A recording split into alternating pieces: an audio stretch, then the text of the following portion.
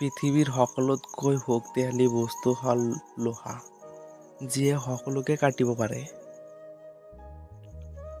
লোহাতকৈ শক্তিশালী বস্তু হ'ল জুই, যিয়ে লোহাকো গলাই দিব পাৰে। জুইতকৈ শক্তিশালী হ'ল পানী, যিয়ে জুইকে নুমুৱাই দিব পাৰে।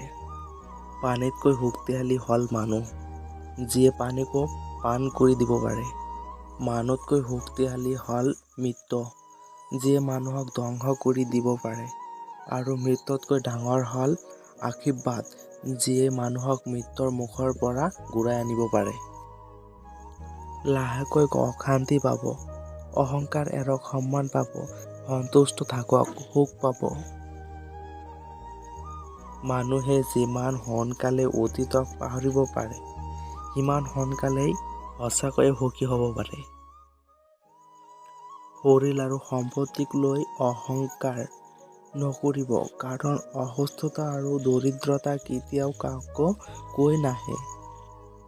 মন বেয়া হ'ব পাৰে, সময় বেয়া হ'ব পাৰে, লোকে বেয়াকৈ ক'ব পাৰে। আপুনি ধৈৰ্য ধৰক, অপেক্ষা কৰক আৰু পৰিশ্ৰম কৰক, চাব আপুনি সফল হ'বই। 5টা অভ্যাস আজিয়ে ত্যাগ কৰক। 1. জোখতকৈ বেছি আনৰ দয়া কামনা কৰা। 2. পৰিৱৰ্তনক ভয় কৰা। 3. অতীতক লৈ ভাবি থকা। 4. নিজকে সৰু বুলি ভবা। 5. অতিৰিক্ত চিন্তা কৰা। সম্পৰ্ক এটা চৰাইৰ দৰে, যদিহে তাক আপুনি জোৰেৰে ধৰি ৰাখে, তেনেহ'লে সি মৰি যাব। যদিহে তাক লাহেকৈ ধৰি ৰাখে, তেনেহ'লে সি উৰি যাব। কিন্তু যদি তাক বহু যত্নেৰে লগত ৰাখে, তেনেহ'লে সি গোটেই জীৱন লগত থাকিব। বেইমানীৰ লগত যিমানেই ভাল ব্যৱহাৰ নকৰক কিয়, তেওঁলোকে শেষত ধোকা দিবই। আৰু যদি আপুনি তেওঁলোকৰ কথা ভাবি নিজৰ মন বেয়া কৰে, তাহলে আপুনি এই পৃথিৱীৰ সকলোতকৈ মূৰ্খ। মনটোক সদায় পৰিষ্কাৰ কৰি ৰাখক, কাৰণ শেষৰ হিচাপটোৰ অৰ্থ নহয়, কৰ্মহে হয়।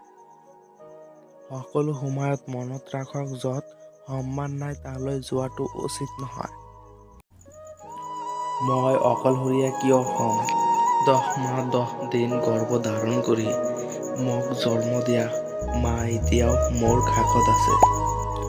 কাৰোবাক দিব পৰা আটাইতকৈ মূল্যৱান উপহাৰ হৈছে আপোনাৰ সময় আৰু গুৰুত্ব।